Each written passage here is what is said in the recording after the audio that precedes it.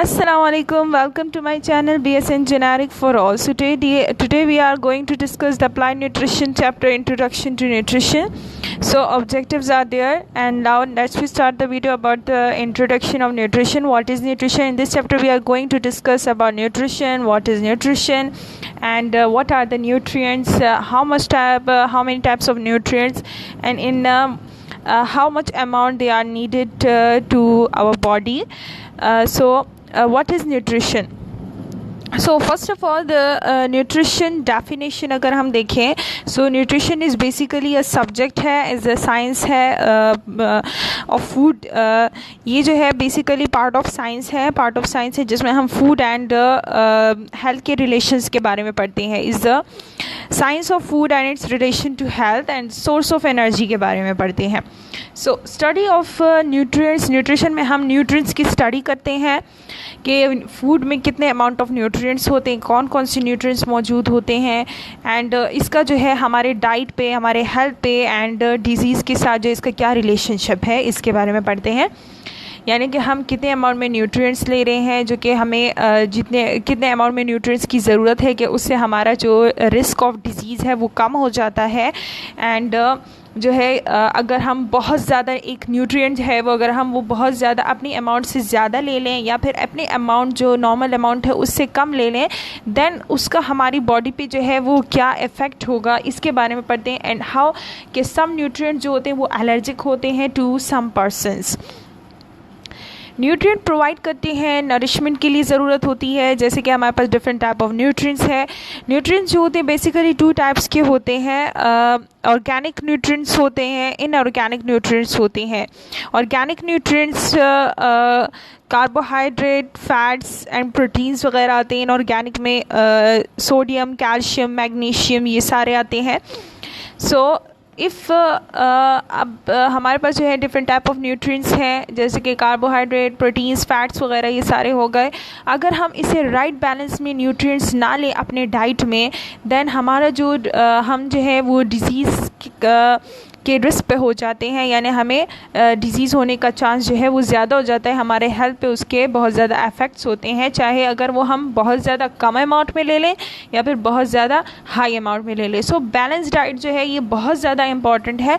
Balance diet हम कहते हैं कि जितने अमाउंट बैलेंस डाइट में क्या हो जाता है कि अगर हम एक न्यूट्रिएंट जो है वो अपनी अमाउंट से ज़्यादा ले रहे हैं, देन हम इसे नहीं कहेंगे ये बैलेंस डाइट नहीं है. अगर हम एक न्यूट्रिएंट बहुत कम ले रहे हैं, देन ये भी बैलेंस डाइट नहीं है, हम एक राइट अमाउंट में चाहिए होते हैं. सो टू टाइप ऑफ न्यूट्रिएंट्स हैं, मैक्रो न्यूट्रिएंट्स हैं एंड माइक्रो न्यूट्रिएंट्स हैं.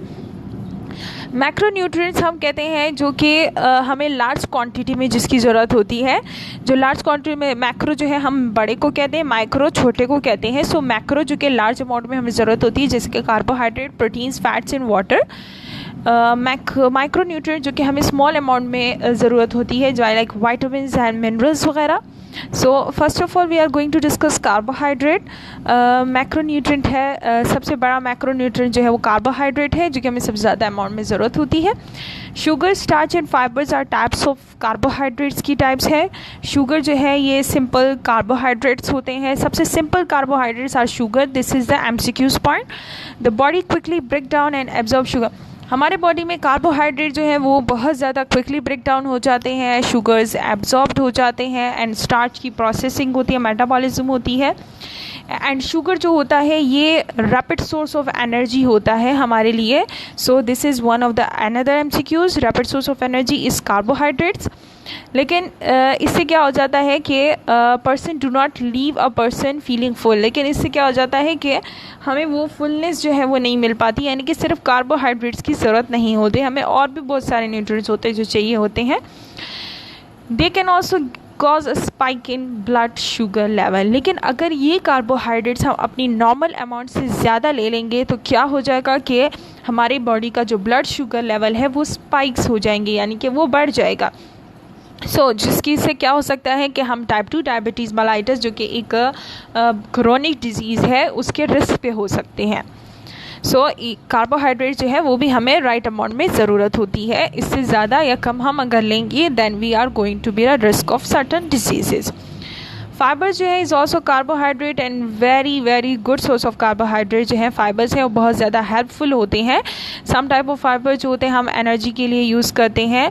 फाइबर एंड अनप्रोसेस्ड स्टार्च ये कम्प्लेक्स कार्बोहाइड्रेट्स है। फाइबर्स जो है ये कम्प्लेक्स कार्बोहाइड्रेट है, इसीलिए जो डायबिटीज़ मेलाइटस पेशेंट होते हैं उन्हें सिर्फ फाइबर्स ही दिए जाते हैं, यह जो कि कम्प्लेक्स कार्बोहाइड्रेट होते हैं, यानी कि ग्रेजुअली एब्जॉर्ब नहीं होते हैं हमारे ये ग्रेजुअली एब्जॉर्ब्ड होते हैं हमारे बॉडी में, क्विकली एब्जॉर्ब नहीं होते हैं। सो फाइबर जो है ये एक अनदर MCQs पास पेपर में क्वेश्चन आ चुका है कि जो डायबिटीज़ मेलाइटस के पेशेंट होते हैं, डायबिटीज़ पेशेंट होते हैं, तो उन्हें हम कौन से सोर्स ऑफ कार्बोहाइड्रेट्स प्रोवाइड कर सकते हैं। सो कम्प्लेक्स कार्बोहाइड्रेट हम दे देते हैं।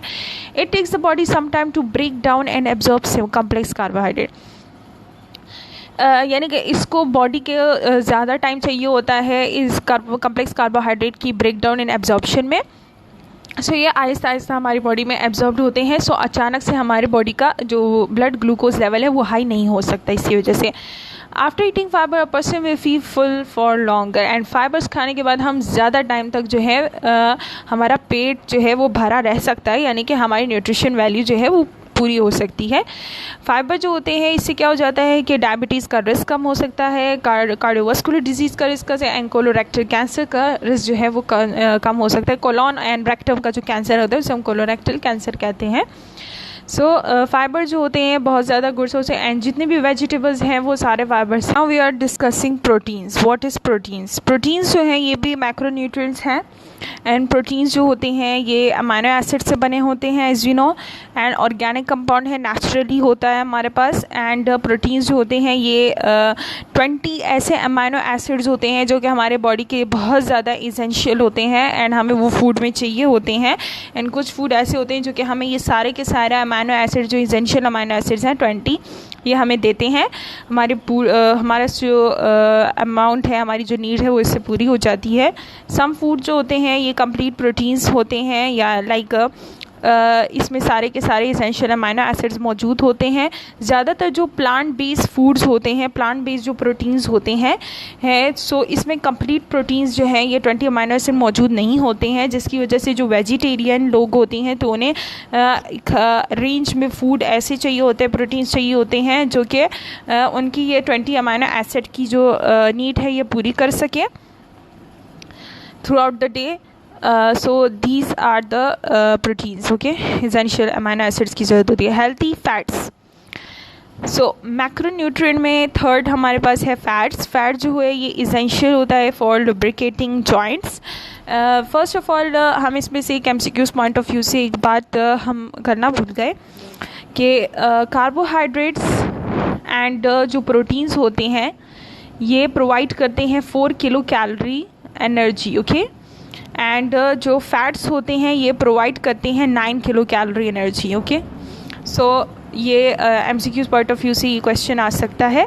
सो फैट जो होते हैं ये जॉइंट्स लुब्रिकेट करने के लिए ज़रूरी होते हैं, यानी कि जॉइंट्स में जो फ्लूइड होता है सो उसके लिए ज़रूरी होते हैं। हेल्प ऑर्गन प्रोड्यूस हार्मोन्स, हमारे पास डिफरेंट टाइप ऑफ हार्मोन्स होते हैं जो कि कोलेस्ट्रॉल यानी कि स्टेरॉयड डेराइवेटिव हार्मोन्स होते हैं, लाइक कोर्टिसोल जो कि एड्रेनल कॉर्टेक्स के जो हार्मोन्स होते हैं, और जो फीमेल में सेक्स हार्मोन्स होते हैं ये स्टेरॉयड हार्मोन्स होते हैं।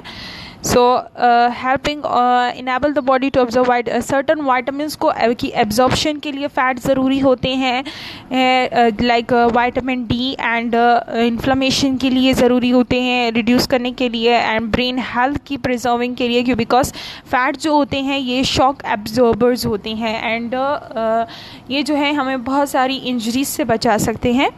अनसेचुरेटेड फैट्स जैसे कि ऑलिव ऑयल जो होता है बहुत ज़्यादा हेल्पफुल होता है। जो अनसेचुरेटेड फैट्स होते हैं ये बहुत ज़्यादा हेल्पफुल होते हैं दैन सैचुरेटेड फैट्स है जो कि एनिमल सोर्स से आता है, लाइक फैट्स वगैरह। सो ये ज़्यादा हेल्दी नहीं होते हैं। एंड टू मच फैट जो होता है, अगर हम बहुत ज़्यादा अपने अमाउंट से ज़्यादा ले रहे हैं फ़ैट, सो इससे ओबेसिटी हो सकती है, जिससे जो कि कई रिस्क फैक्टर होता है, कई डिजीज़ का हाई कोलेस्ट्रॉल लेवल हो सकता है, लिवर डिजीज़ हो सकते हैं, फैटी लिवर हो सकता है, एंड अदर हेल्थ प्रॉब्लम्स हो सकती हैं। देन आते हैं मोस्ट इम्पॉर्टेंट सोर्स वाटर पे। Water is also a macronutrient and adult human body जो है अप टू 60% वाटर की हमें ज़रूरत होती है। एंड वाटर जो है ये मेटाबॉलिज्म प्रोसेसेस में यूज़ होता है हमारे बॉडी में। वाटर जो है इसके अंदर कोई भी कैलोरीज ऐसी वगैरह नहीं होती है और ना ही ये कोई हमें एनर्जी प्रोवाइड करता है, जस्ट ये हमारे बॉडी में हेल्प करता है फॉर प्रोसेसेस, सर्टेन प्रोसेसेस के लिए। बहुत सारे पीपल जो होते हैं मतलब ज़्यादा रिकमेंड किया जाता है कि 2 लीटर जो है 2 लीटर्स जो है ये हमें वाटर की ज़रूरत होती है और 8 glasses of water a day, यानी कि एक दिन में हमें 8 ग्लासेस जो है वो पानी पीना चाहिए नॉर्मली। एंड अभी तो ये जो अमाउंट है ये ज़्यादा हो गई हैं, अभी 2.5 to 3 लीटर्स तक की हमें वाटर की ज़रूरत होती है। बट और लेकिन इसके साथ साथ क्या होता है कि जो हम डाइटरी सोर्सेज ले रहे होते हैं लाइक फ्रूट्स वेजिटेबल्स वगैरह, तो उसमें भी अपना वाटर होता है, उससे भी हमारी वो क्वांटिटी पूरी हो जाती है क्योंकि हम क्या हो जाता है कि adequate hydration will result in peel yellow urine. जब सही हाइड्रेशन होती है तो इससे क्या होता है कि हमारा यूरिन बिल्कुल सही पेल येलो होगा एंड नॉर्मल होगा। अगर डिहाइड्रेशन हो जाती है देन इस पे क्या हो जाता है कि हमारा जो यूरिनरी सिस्टम है वो अफेक्ट होता है। एंड अगर ओवर हाइड्रेशन भी हो जाए तब भी जो है वो अफेक्ट होगा। वाटर है इसकी रिक्वायरमेंट जो है वो हर एक इंडिविजुअल की बॉडी पे डिपेंड करती है, उसकी साइज़ एंड एज पे डिपेंड करती है, इन्वायरमेंटल फैक्टर्स पे डिपेंड करती है, एक्टिविटी लेवल पे, यानी कि अगर एक बड़ा एजड है तो उसे ज़्यादा वाटर की ज़रूरत होती है बनिस्बत यंग के उन्हें कम वाटर की ज़रूरत होगी। एनवायरमेंटल फैक्टर्स हो सकते हैं, यानी कि अगर आप बहुत ज़्यादा एक्टिविटी लेवल आपकी ज़्यादा है तो आपको ज़्यादा अमाउंट ऑफ वाटर की ज़रूरत है क्योंकि आपका एक्सपेंडिचर ज़्यादा है। अगर आप कम एक्टिविटी कर रहे हैं दैन आपकी एक्सपेंडिचर कम हो रही है ना, आपको कम वाटर की ज़रूरत है।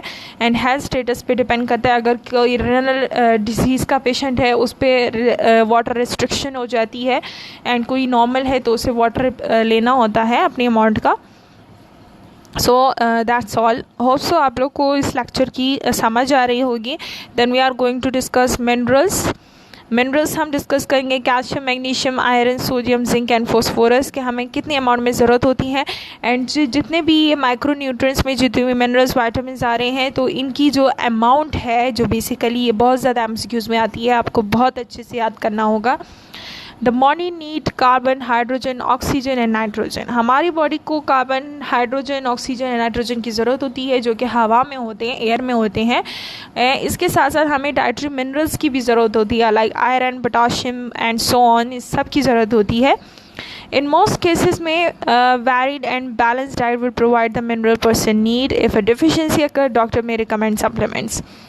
सो जो जितने भी मिनरल्स हैं ये हमारे पास इनऑर्गेनिक सोर्स से हमें मिलते हैं, इनऑर्गेनिक सोर्स से भी हमें मिल सकते हैं। जितने भी सप्लीमेंट्स वगैरह आजकल बनते हैं कि अगर हमारे बॉडी में अगर इसकी डिफिशिएंसी हो जाती है तो हम सप्लीमेंट्स के ज़रिए से ये पूरा कर सकते हैं। Some of the minerals the body need to function well. हमारे बॉडी को जितने भी मिनरल्स हैं उन सब की ज़रूरत होती है अपने मेटाबॉलिज्म प्रोसेस को अच्छी तरीके से पूरा करने के लिए। जितने हमारे बॉडी के प्रोसेसेस होते हैं उस सब में इनका बहुत ज़्यादा जो है वो एसेंशियल रोल होता है। तो first we are going to discuss potassium. So potassium is an electrolyte, ये एक इलेक्ट्रोलाइट है, यानी कि ऑन वाटर में सॉल्युबल होने के बाद ये आइंस में डिवाइड हो जाता है, this called electrolyte. So it enables the kidney, the heart, muscle and nerve. Potassium का मेन रोल जो होता है हमारे कार्डियक एक्टिविटी को कंट्रोल करने का होता है। अदरवाइज़ ये हमारे किडनीज़ को भी जो है उसके नर्व्स को भी यानी कि इसका जो ज़्यादातर काम होता है वो नर्व्स ट्रांसमिशन में होता है। सो किडनीज़ एंड जैसे कि हमने पढ़ चुके हैं कि resting membrane potential and action potential जो होता है उसमें इसका बहुत ज़्यादा रोल होता है। नर्व ट्रांसमिशन, इम्पल्स ट्रांसमिशन में बहुत ज़्यादा अहम रोल होता है इसका। सो किडनीज़ की, चाहे वो किडनी हो, हार्ट हो, मसल्स हो, तो इन सब का प्रॉपर जो नेटवर्क होता है नर्व्स का यानी कि इम्पल्स ट्रांसमिशन का, सो ये सब जो है पोटाशियम की वजह से होता है। अगर हमारा पोटाशियम जो है वो कम ज़्यादा होगा देन इम्पल्स ट्रांसमिशन जो है वो उस तरह से इफ़ेक्टिवली नहीं होगी। अदरवाइज़ जो पोटाशियम है इसका सबसे अहम रोल जो होता है हमारी कार्डियक एक्टिविटी को कंट्रोल करने का होता है, हमारी जो रिथमिक एक्टिविटी है पल्स को कंट्रोल करने का होता है।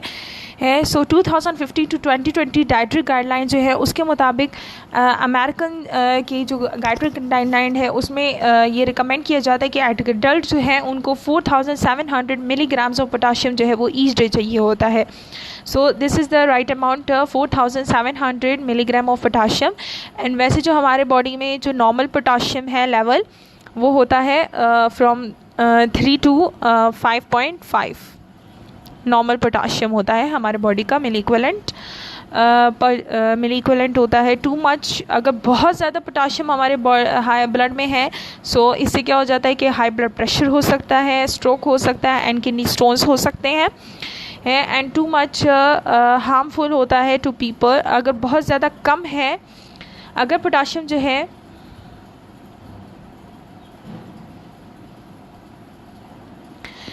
अगर हमारे बॉडी में पोटाशियम बहुत ज़्यादा अपने अमाउंट से कम हो गया है दैन इससे हाई ब्लड प्रेशर हो सकता है, स्ट्रोक हो सकता है, किडनी स्टोन्स हो सकते हैं।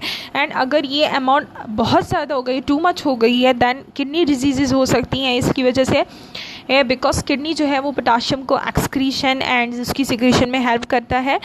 Avocados, coconut water, banana, dry fruit, squash, beans and lentils are good sources होते हैं ऑफ पोटाशियम के। एंड पोटाशियम का जो हाईएस्ट रिच सोर्स है वो बनाना है। सो ये एमसीक्यूज पॉइंट ऑफ व्यू से आपको याद करना चाहिए।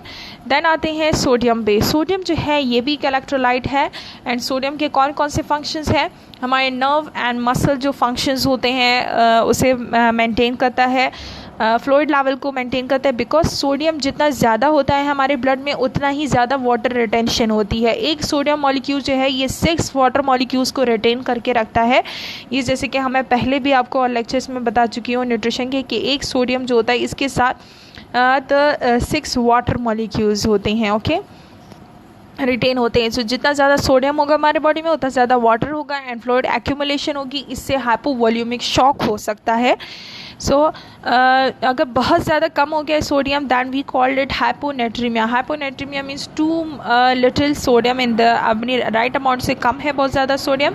एंड इससे क्या हो सकती है? लेथर्जी होती है, कन्फ्यूजन एंड फटीग वगैरह हो जाता है एंड ब्लड प्रेशर कम हो जाता है हाइपोनेट्रीमिया की वजह से। एंड अगर टू मच सोडियम हो जाता है than we called it hypernatremia and cause कर सकते हैं हाई ब्लड प्रेशर हो सकता है, इसकी वजह से कार्डियोवास्कुलर डिजीज़ हो सकते हैं, स्ट्रोक वगैरह हो सकता है।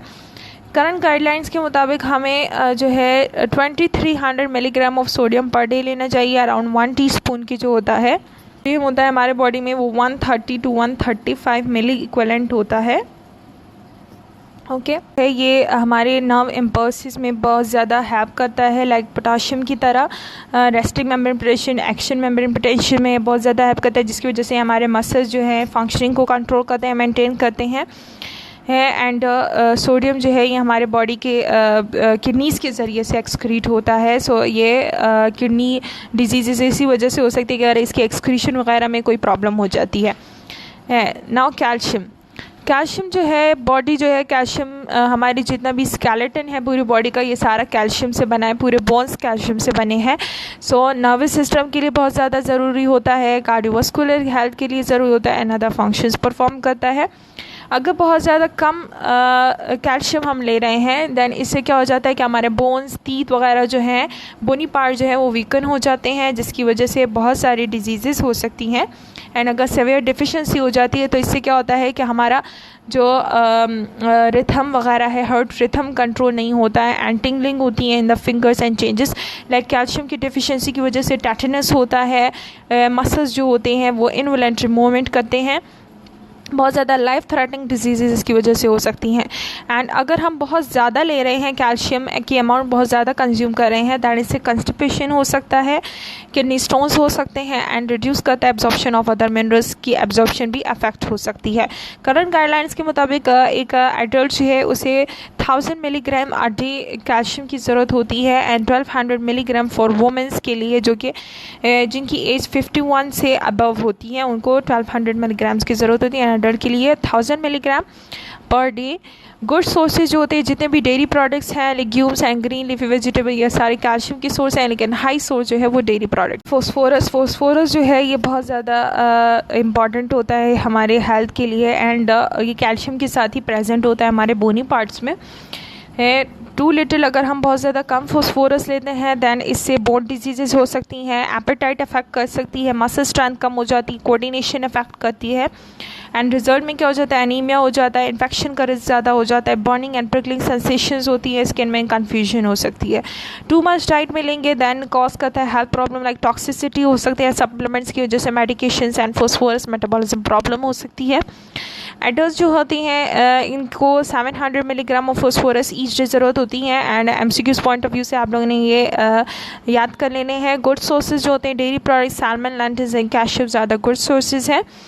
मैग्नीशियम जो है ये कंट्रीब्यूट करता है to muscle and nerve functions के लिए बहुत ज़्यादा ज़रूरी होता है, हमारा ब्लड प्रेशर रेगुलेट करता है, ब्लड शुगर लेवल रेगुलेट करता है, एंड इनेबल करता है body to produce protein, bones and DNA की फॉर्मेशन में हेल्प कर रहा है। 2 लीटर मैग्नीशियम अगर हम लेंगे बहुत ज़्यादा कम लेंगे दैन हाइपोमैग्नीसीमिया हो जाएगा, एंड वीकनेस होती है, नॉशिया, टायर्डनेस, रेस्टलेस लेग्स हो जाते हैं, sleep condition, other symptoms cause होते हैं। एंड अगर हाइपोमैग्नीसीमिया हो जाता है, हम बहुत ज़्यादा ले लेते हैं magnesium, than digestive and heart problems हो सकती हैं।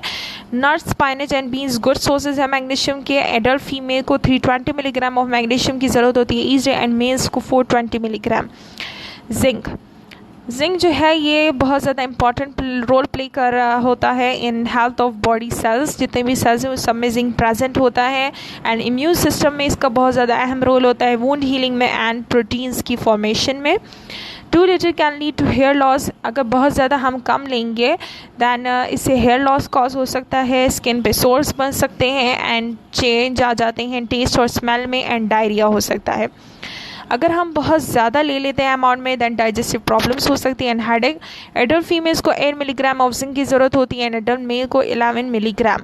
डाइटरी सोर्सेज जो होते हैं ऑयस्टर्स होते हैं जो कि सी फूड है, beef, fortified breakfast cereals and baked beans. Iron जो है ये क्रूशियल होता है for the formation of red blood cells के लिए। आयरन जो है ये ऑक्सीजन सप्लाई हमारे बॉडी के जितने भी पार्ट्स होते हैं उन सब तक ऑक्सीजन सप्लाई करता है, लाइक हेमोग्लोबिन ऑक्सीजन सब ट्रांसपोर्ट में हेल्प करता है, एंड हेमोग्लोबिन के अंदर जो है वो आयरन होता है जो कि ऑक्सीजन कैरी करता है मेनली, एंड इसका ये प्ले करता है इंपॉर्टेंट रोल होता है in forming connective tissues and creating hormones बनाने के लिए बहुत ज़्यादा इंपॉर्टेंट होता है।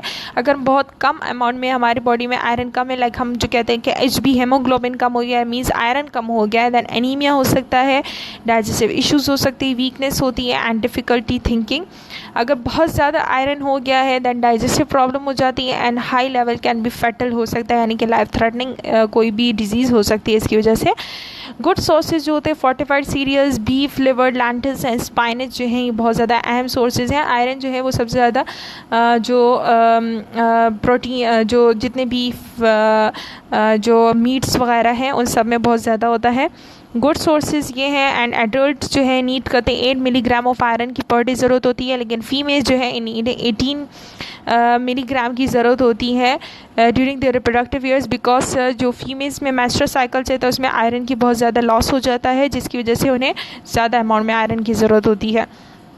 मैंगनीज़ पे आते हैं। द बॉडी यूज़ करता है मैंगनीज़ को टू प्रोड्यूस करे, एनर्जी प्रोडक्शन में हेल्प करता है, एंड ब्लड क्लोटिंग फैक्टर है, ब्लड क्लोटिंग में प्ले कर रहा होता है रोल, एंड इम्यून सिस्टम में इसका सपोर्ट करता है।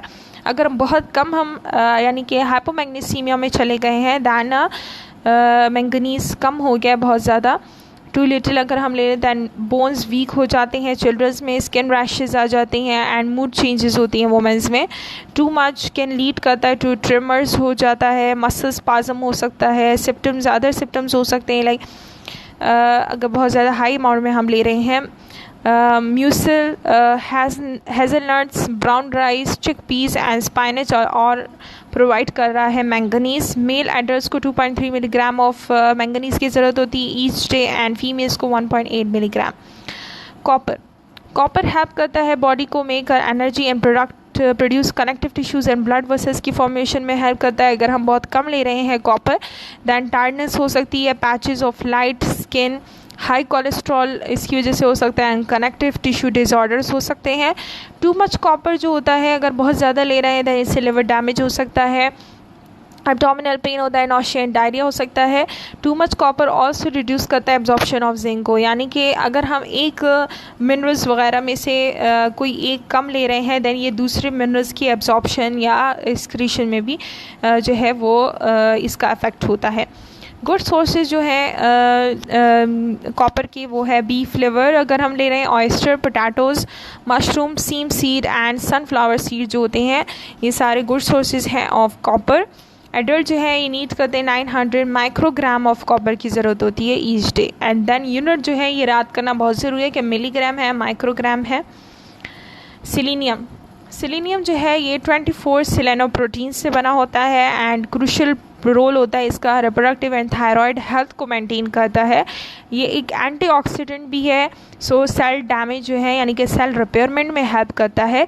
टू मच सेलेनियम अगर हम ले रहे हैं कॉज करता है गार्लिक ब्रेथ। गार्लिक जो है ये बहुत ज़्यादा एक अहम एंटीऑक्सीडेंट है, इसके अंदर सेलेनियम होता है। सो सेलेनियम जो है इससे क्या होता है गार्लिक ब्रीथ आती है, यानी कि जो हम ब्रीथ ले रहे हैं उसमें गार्लिक स्मेल होती है, डायरिया हो सकता है, इरिटेबिलिटी हो सकती है, स्किन रैशेस, ब्रिटल हेयर और नेल्स एंड अदर सिम्टम्स हो सकते हैं। टू लिटिल कैन रिजल्ट करता है इन हार्ट डिजीजेस, इससे हो सकती है इनफर्टिलिटी हो सकते हैं, arthritis. 55 microgram selenium per day हमें ज़रूरत होती है। Brazil nuts are an excellent source of selenium का other plant sources like spinach, oatmeal and baked beans, tuna, ham and enriched macaroni are all excellent sources हैं selenium। हम discuss करेंगे vitamins। What are the vitamins? Vitamins जो होते हैं people जो कि बहुत ज़्यादा हमें ये स्मॉल अमाउंट में ज़रूरत होती है vitamins की, ये भी माइक्रोन्यूट्रिएंट है एंड जैसे कि विटामिन सी जो है बहुत ज़्यादा इम्पॉर्टेंट एंटीऑक्सीडेंट है जो कि हमारे सेल डैमेज में हेल्प करता है, टॉक्सिक मॉलिक्यूल्स से प्रोटेक्ट करता है हमारी बॉडी को, एज लाइक फ्री रेडिकल्स जैसे कि होते हैं। सो फ्री रेडिकल्स बहुत ज़्यादा टॉक्सिक होते हैं और उसकी रिमूवल में विटामिन जो है वो हेल्प करते हैं। टू टाइप्स ऑफ विटामिन होते हैं, ये याद करना इंपॉर्टेंट है एमसीक्यूज़ पॉइंट ऑफ व्यू से। टू टाइप ऑफ विटामिन होते हैं एमसीक्यूज़ में आ सकता है, वाटर सॉल्युबल विटामिन होते हैं एंड फैट सॉल्युबल। एंड इसके अंदर भी याद करना है कि जितने भी विटामिन बी वाले हैं, जितने भी 8 बी विटामिन हैं वो सारे वाटर सॉल्युबल हैं and vitamin C are water soluble vitamin. Fat soluble vitamin जो कि फैट में सिर्फ सॉल्युबल होते हैं यानी कि एब्जॉर्ब होते हैं, एंड वाटर सॉल्युबल जो कि सिर्फ वाटर में मिक्स हो सकते हैं, सॉल्युबल हो सकते हैं। Vitamin A, D, E and के जो है ये फैट सॉल्युबल विटामिन है, ये एमसीक्यूज़ में आ सकता है। So water soluble vitamins, people need to consume water soluble vitamin regularly because the body remove them from more quickly and it cannot store them easily। हमें रोज़ाना बहुत सारे बी विटामिन जितने भी वाटर soluble विटामिन हैं हमें रोज़ाना daily diet में हमें इनकी ज़रूरत होती है बिकॉज ये वाटर soluble होते हैं एंड क्विकली हमारे बॉडी से रिमूव्ड हो जाते हैं, सो स्टोर नहीं हो पाते। इसमें आते हैं विटामिन्स, कौन कौन से विटामिन हैं। B1 हम पढ़ेंगे थायमीन। इसमें कौन कौन सी चीज़ें इंपॉर्टेंट है, ये विटामिन्स की जो नाम है, जैसे कि B1 विटामिन को हम क्या कहते हैं थायमीन, ऐसे एमसीक्यूज़ आ सकते हैं। B2 को हम क्या कहते हैं राइबोफ्लेविन, एंड नियासिन जो है वो कौन सा विटामिन है। सो इसमें ऑप्शन दिए जाते हैं vitamin B1, B2, B3, B4। सो B3 जो है ये नियासिन है, इस तरह के एमसीक्यूज़ आ सकते हैं। एंड B1 विटामिन की डिफिशेंसी से बेरी डिजीज़ हो सकती है, वेनिक कॉर्सकॉफ सिंड्रोम हो सकता है। टू मच अगर हम ले लें than unclear as the body excrete it is in the urine. Sources इसके कौन कौन से हैं, fortified cereal rice pork. Sources जो हैं वो इसमें इतने ज़्यादा इंपॉर्टेंट नहीं है बी विटामिन के, लेकिन इनके नेम्स बहुत ज़्यादा इंपॉर्टेंट है एंड इनके अगर टू लिटिल अगर हमारे बॉडी में देन कौन सी डिजीज़ कॉज हो सकती हैं, एंड टू मच अगर आ गए हैं तो इसमें भी इम्पॉर्टेंट जो डिजीज़ हैं वो आ सकती हैं, जैसे कि राइबोफ्लेविन, विटामिन B2 को हम राइबोफ्लेविन कहते हैं। एंड अगर बहुत कम लेते हैं हार्मोनल प्रॉब्लम हो सकती है, skin disorder, swelling in the mouth and throat, unclear as the body excrete in the urine, यानी कि ये बॉडी से बहुत ज़्यादा जल्दी एक्सक्रीट हो जाते हैं तो इसका इतना इफेक्ट नहीं होता अगर हम ज़्यादा भी ले लें। Beef liver, breakfast cereal, oats, yoghurt, mushroom and almonds वगैरह जो है बहुत ज़्यादा इंपॉर्टेंट है। विटामिन B3 को हम नियासिन कहते हैं, नियासिन की डेफिशिएंसी की वजह से पेलेग्रा हो सकता है, ये इंपॉर्टेंट है एमसीक्यूज़ में कभी कभार आ सकता है, पेलेग्रा हो सकती है। एंड रेड टंग, ओके ये दोनों इंपॉर्टेंट है। एंड टू मच अगर हम ले लें than facial flushing, burning, itching, headache, rashes, and इसमें तक कुछ ज़्यादा इंपॉर्टेंट नहीं है। विटामिन B5 को हम कहते हैं pantothenic acid. Numbness and burning in hand and feet, stomach pain हो सकता है डिफिशिएंसी की वजह से, डाइजेस्टिव प्रॉब्लम होती है हाई डोजेस पे।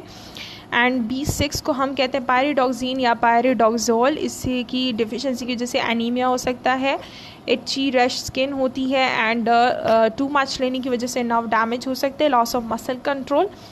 B7 बायोटीन को कहते हैं। एंड हेयर लॉस, बायोटीन ये जो है इसमें ये इंपॉर्टेंट MCQs आ सकता है। हेयर लॉस, बायोटीन फैक्टर जो है ये हमारे हेयर्स के लिए बहुत ज़्यादा ज़रूरत है, अगर इसकी डिफिशिएंसी हो जाती है दैन हेयर लॉस होगा।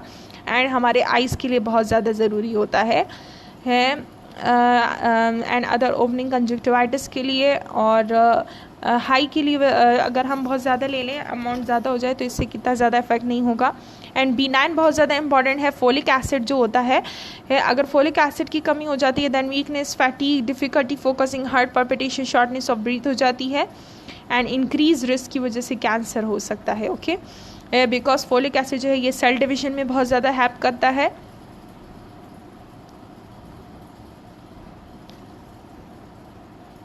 विटामिन B12 कोबालामाइन को कहते हैं। विटामिन B12 इसमें बहुत ज़्यादा इंपॉर्टेंट है MCQs के वाले से। विटामिन B12 की डिफिशिएंसी की वजह से एनीमिया हो सकता है, फैटीग हो सकता है, constipation, weight loss and neurological changes आ सकती हैं विटामिन B12 की कमी की वजह से। एंड विटामिन B12 जो है डाइजेस्टिव उसमें बहुत ज़्यादा हेल्प करता है। एंड विटामिन C जो है एस्कॉर्बिक एसिड जो होता है इसकी डिफिशिएंसी की वजह से स्कर्वी हो सकती है, ये बहुत ज़्यादा इंपॉर्टेंट है MCQs के हवाले से, MCQs में आ सकता है। स्कर्वी डिजीज़ का बहुत ज़्यादा आता है, यानी कि स्किन गम्स ब्लीडिंग होती है। एंड विटामिन C जो है इसे हमारे वुंड हीलिंग में हेल्प करता है, इसका जो मेन फंक्शन होता है वुंड हीलिंग का होता है। एंड इसकी टू मच लेने से nausea, diarrhoea and stomach cramps होते हैं। तो और इसका जो इम्पॉर्टेंट वो आ सकता है कि सिट्रस फ्रूट जो होते हैं रिच सोर्स होते हैं ऑफ विटामिन C के। ओके ये भी आ सकता है। फिर फैट सॉल्युबल वाइटामिन है, बॉडी जो कि बॉडी ऑब्जर्व करता है फैट सॉल्युबल वाइटामिन को इंटेस्टाइन के ज़रिए से, लिपिड्स की मदद से, फैट्स की मदद से ये एब्जॉर्ब होते हैं एंड स्टोर हो जाते हैं बॉडी में। जितने भी फैट सॉल्युबल वाइटामिन है ये बॉडी में स्टोर होते हैं काफ़ी टाइम तक एंड क्विकली रिमूव नहीं हो पाते। पीपल जो कि जिनकी डाइट लो होती है फैट में वो एब्जॉर्ब नहीं कर पाते इन वाइटामिन को। अगर कोई लो फैट डाइट ले रहा है एंड वाइटामिन ले रहा है और फैट डाइट उसकी कम है देन वो वाइटामिन स्टोर नहीं होंगे, वो हमारे बॉडी से जल्दी से रिमूव हो जाएंगे। एंड फैट सॉल्युबल वाइटामिन जो होते हैं हमारे बॉडी के को बिल्डअप करने में बहुत ज़्यादा हेल्प करते हैं डिफरेंट उसको। देन है विटामिन ए। विटामिन ए जो है ये बेनिफिशियल होता है आई डिज़ॉर्डर्स में। आई साइट के लिए जो है सबसे इम्पॉर्टेंट विटामिन है विटामिन ए। ओके ये बहुत ज़्यादा इंपॉर्टेंट है MCQs के लिए। विटामिन B9 जो है इससे न्यूरल ट्यूब डिफेक्ट्स कम हो जाते हैं, यानी कि फोलिक एसिड जो होता है अगर इसकी कमी हो जाती है दैन प्रेगनेंसी के दौरान स्पिना बायोफिडा हो सकता है एंड क्लिपलेप्ट हो सकती है, डिफरेंट न्यूरल डिज़ॉर्डर्स हो सकते हैं। ओके एंड विटामिन B12 जो होता है इसका इंपॉर्टेंट जो MCQs के हवाले से वो है एनीमिया हो सकता है, इसकी वजह से किडनी एंड लिवर डिसऑर्डर्स हो सकते हैं। एंड विटामिन C जो है ये मैंने जैसे कि आपको कहा कि ये वुंड हीलिंग में हेल्प करता है, इसकी डिफिशिएंसी को स्कर्वी डिजीज़ हो सकती है, गम्स ब्लीडिंग होती है। एंड अगर और इसका जो रिसोर्स है वो सिट्रस फ्रूट वगैरह है। विटामिन D जो है ये आर्थराइटिस की ट्रीटमेंट में हेल्प करता है। विटामिन D हमारे बोन्स के लिए बहुत ज़्यादा ज़रूरी होता है। इन चिल्ड्रंस में अगर विटामिन D की कमी हो जाती है दैन ब्रिकेट्स डिजीज़ हो जाती है एंड अगर अडल्ट में कम हो जाता है दैन ओस्टियोपोरोसिस हो जाती है। विटामिन E जो है विटामिन E विटामिन E जो है ये भी वुंड हीलिंग में हेल्प करता है, एजिंग प्रोसेस में हेल्प करता है, ब्लड सर्कुलेशन में। विटामिन K जो है ये रिड्यूस करता है। अगर कहीं पे भी वुंड हीलिंग का वो आता है देन विटामिन C भी हेल्प करता है एंड विटामिन E भी। अगर विटामिन C का ऑप्शन ना हो तो हम विटामिन E चूज़ करते हैं।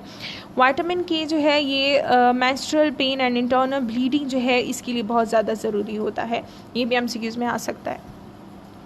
Importance of nutrition in nursing. Nursing में न्यूट्रिशन का क्या इंपॉर्टेंट रोल है? नर्स जो है वो हेल्दी न्यूट्रिशन को प्रमोट करती हैं ताकि डिजीज़ के प्रिवेंशन हो सके एंड पेशेंट की रिकवरी जल्दी से जल्दी हो सके. Teach patient to how to optimally manage chronic illness with healthy food choices, and वो पेशेंट जो है उन्हें बताती हैं कि उनको जो डिजीज़ है वो किस तरह थ्रू डाइट से वो जल्दी से जल्दी रिकवर हो सकते हैं. हेल्दी न्यूट्रिशन जो है वो हेल्प करता है प्रिवेंट ओबेसिटी को प्रिवेंट करने के लिए, क्रोनिक डिजीज़ को, diabetes, mellitus, cardiovascular different disease के प्रिवेंशन में हेल्प कर सकती है एक adequate nutrition. By proactively encouraging healthy people eating habits, nurses provide the tool for patients to maintain their health. When patients are recovering from illness or surgery, nurses use strategies to promote good nutrition even when patient has a poor appetite or nausea. जब भी patient जो है वो किसी illness से या surgery से recover हो रहा होता है, दैन हम उसे प्रमोट करते हैं कि वो हेल्दी डाइट ले ताकि वो जल्दी से जल्दी उससे रिकवर कर सके. अगर पेशेंट जो है उसे कोई क्रोनिक डिजीज़ हो गई हैं, दैन नर्स जो है वो उसे एजुकेट करती हैं कि और उसकी डाइट प्रिस्क्राइब करती हैं ताकि उसकी डिजीज़ उसकी मैनेज हो सके. लो कार्बोहाइड्रेट डाइट हम देते हैं फॉर डायबिटीज़ पेशेंट के लिए, low fat, low salt and low cholesterol diet हम देते हैं कार्डियोवास्कुलर डिजीज़ पेशेंट्स के लिए. नर्सेज जो है वो एडमिनिस्टर करती है alternative form of nutrition such as internal tube feeding और पैरेंटरल न्यूट्रिशन हम प्रोवाइड करते हैं इंट्रावीनियसली फीडिंग.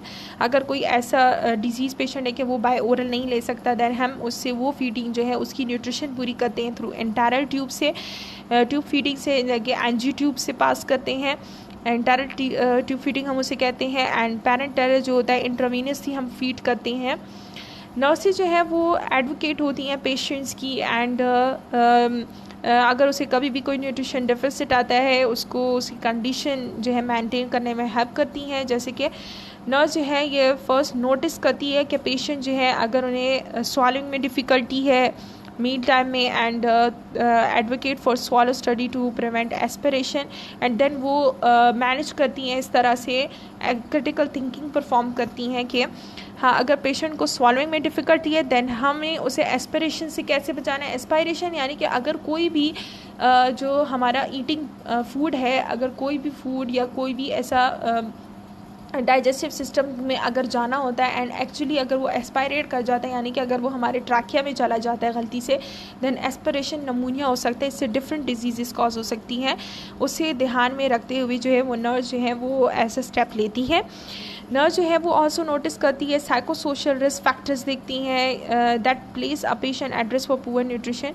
उसका साइको सोशल जो है वो फैक्टर्स देखती हैं कि अगर वो बहुत ज़्यादा उसकी अगर पुअर न्यूट्रिशन है तो वो किस वजह से है, उसका कोई एनवायरमेंटल इफ़ेक्ट है या कोई और वो है, एंड देन वो एक प्रॉपर रेफरल बनाती हैं जिसके ज़रिए से उसका न्यूट्रिशन स्टेटस जो है वो इन्हांस हो सके, मेंटेन रह सके.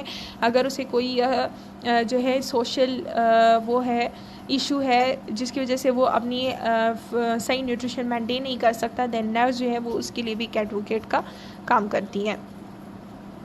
सो न्यूट्रिशन जो है, हेल्दी न्यूट्रिशन, बैलेंस डाइट बहुत ज़्यादा इंपॉर्टेंट है हमारी हेल्थ के लिए, एंड डिफरेंट डिजीज़ जो है उससे हम प्रिवेंटेबल हो सकते हैं अगर हम बैलेंस डाइट की तरफ जाएंगे.